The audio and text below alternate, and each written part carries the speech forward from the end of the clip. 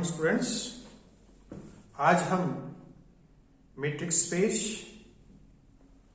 और metric space की कुछ प्रॉपर्टीज के बारे में स्टडी करेंगे। मीट्रिक स्पेस क्या होता है,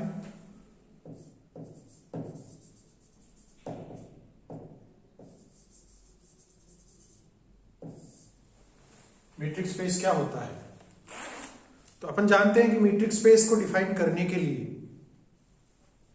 यदि अपन ये कहें कि X कोई नॉर्मोइड सेट है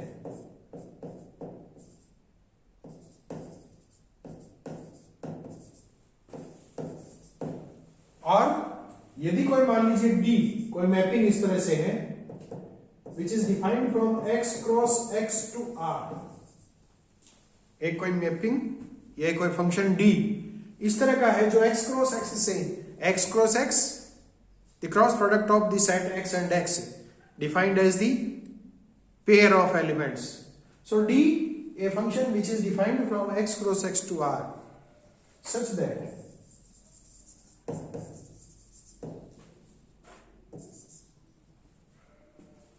that D R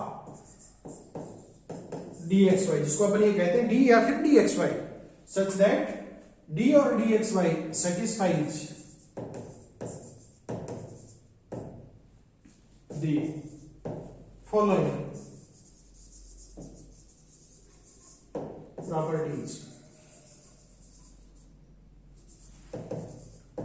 and the properties are M1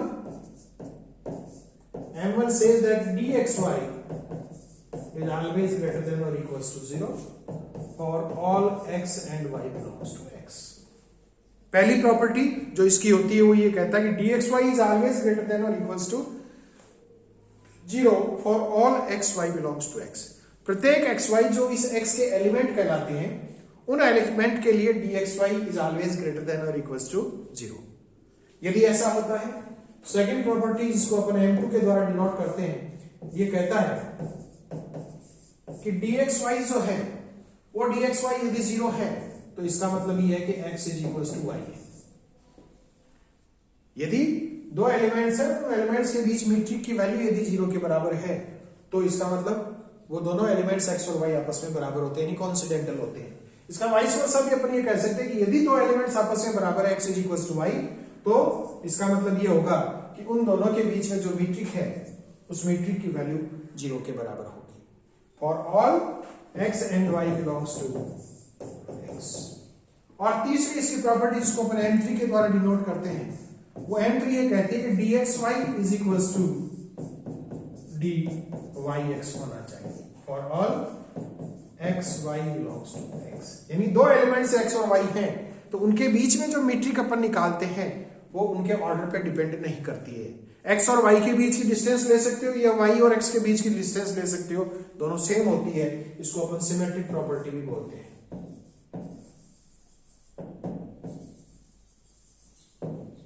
और लास्ट प्रॉपर्टी जिसको अपन ट्रायंगुलर प्रॉपर्टी बोलते हैं M4, that M4 states that if dxy plus dyz is greater than or equals to dxz for all x y z belongs to x। इस property को अपन triangular property के नाम से जानते हैं।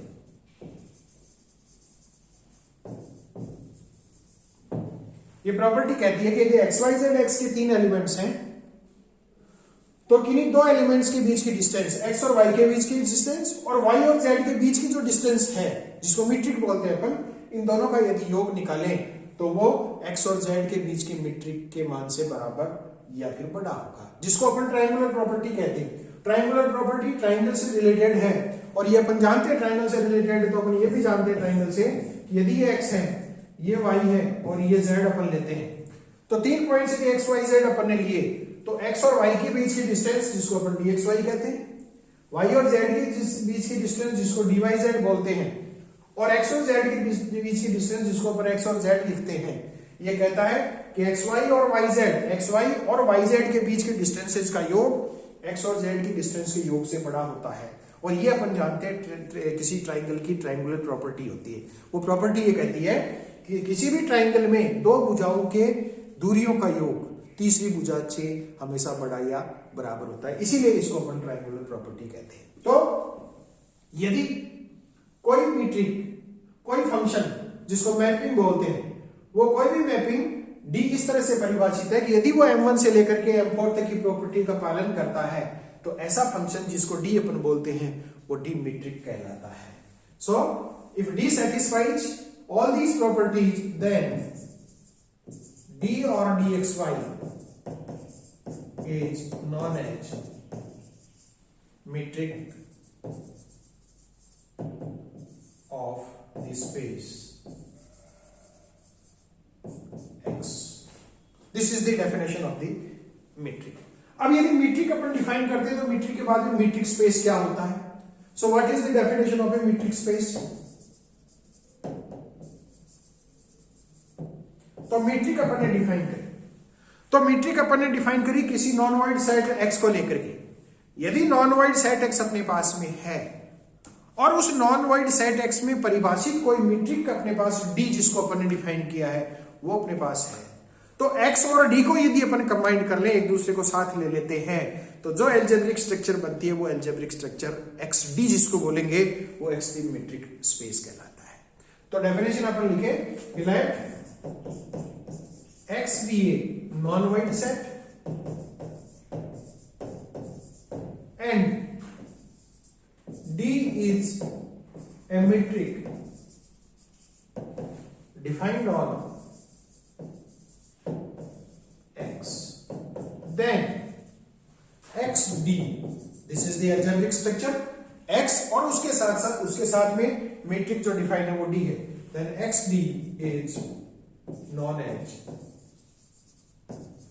metric space। तो इस तरह से जो मीट्रिक algebraic स्ट्रक्चर है वो algebraic स्ट्रक्चर मीट्रिक स्पेस कहलाती है। दूसरे शब्दों में अपन ये कह सकते हैं कि एक algebraic स्ट्रक्चर xd, एक algebraic structure xd metric space कहलाती है यदि ये m1 से लेकर के m4 तक की प्रॉपर्टीज को सेटिस्फाई करती है। यदि ये चारों प्रॉपर्टीज इस एल्जेब्रिक स्ट्रक्चर के लिए सेटिस्फाई होती है तो ऐसा जो स्ट्रक्चर होता है वो मीट्रिक स्पेस कहलाता है। फॉर एग्जांपल अपन ये कहें कि मान लीजिए R कोई रियल नंबर का सेट है, R is a set of real numbers, R real number का सेट है और इस R में परिभाषित कोई फंक्शन है, मान लीजिए वो फंक्शन अपन ये लेके चले dxy, वो अपने पास बराबर है mod of x minus y के बराबर for all x and y belongs to R। यदि कोई R अपने पास में सेट ऑफ रियल नंबर्स है और इस रियल नंबर में कोई फंक्शन dxy जो इस तरह से परिभाषित है mod of x minus y के रूप में, तो अपन को बताना है then d is metric defined on, और दूसरे शब्दों में अपन को यह बताना है R, D is a metric space.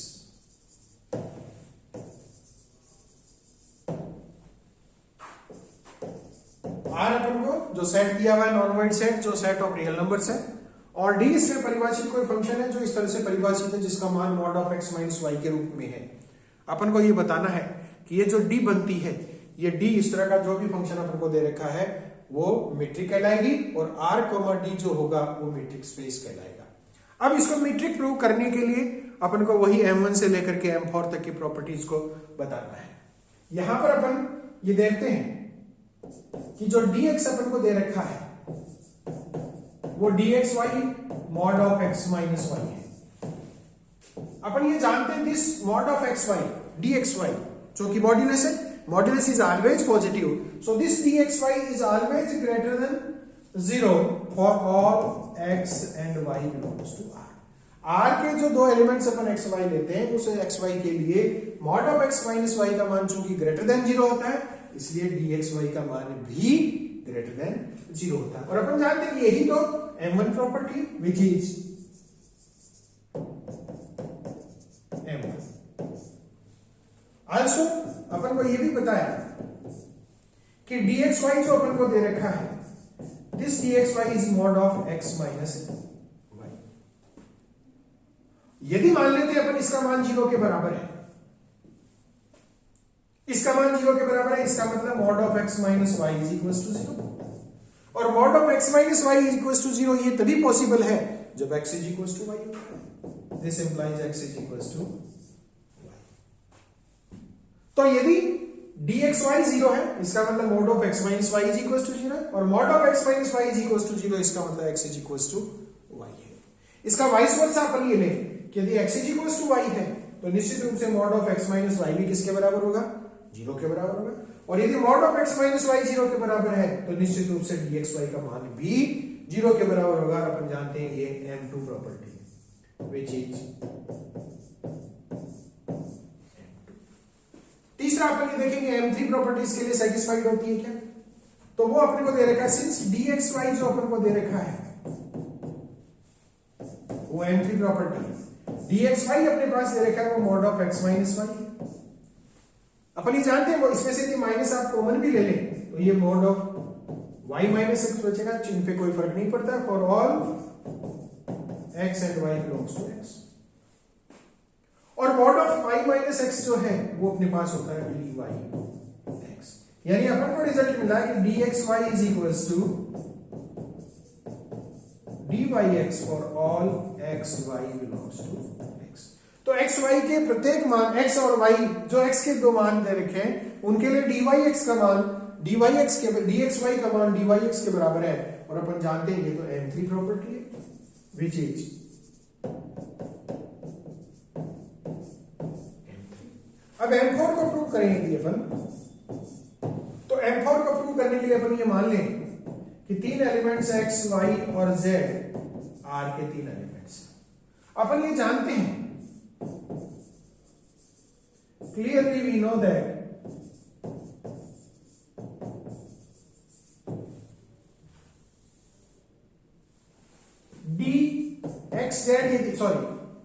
यदि अपन ये मॉडुलस के रूप में जानते हैं, modulus of x minus Z यदि अपन निकालें, इसमें y यदि अपन इंट्रोड्यूस कर दें तो अपन जानते हैं कि यदि इसको इस तरह से लिखें, इसको आप लिख सकते हैं mod of x minus y plus y minus z. अपन इसको इस तरह से लिख सकते हैं।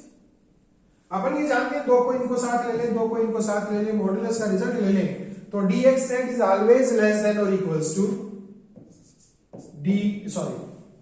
Modulus of x minus z is always less than of minus modulus of x minus y plus modulus of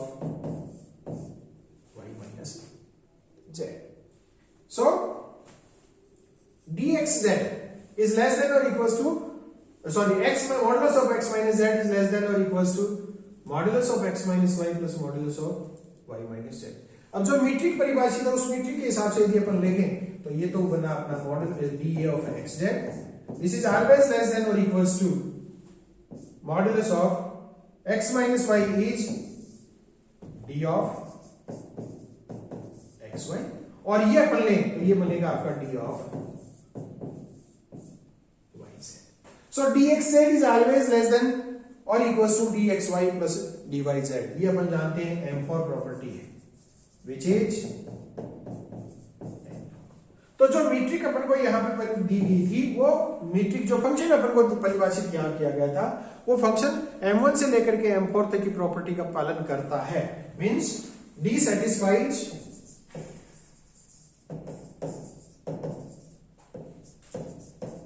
m1 to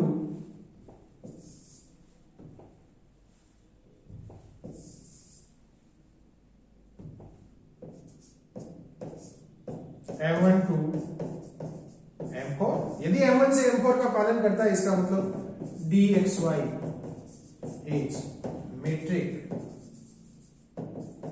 on R, और यदि R में dxy मीट्रिक है तो R, D जो बनेगा वो मीट्रिक स्पेस बनेगा। R, D is a metric space जो अपन को प्रूव करना है। Thank you very much.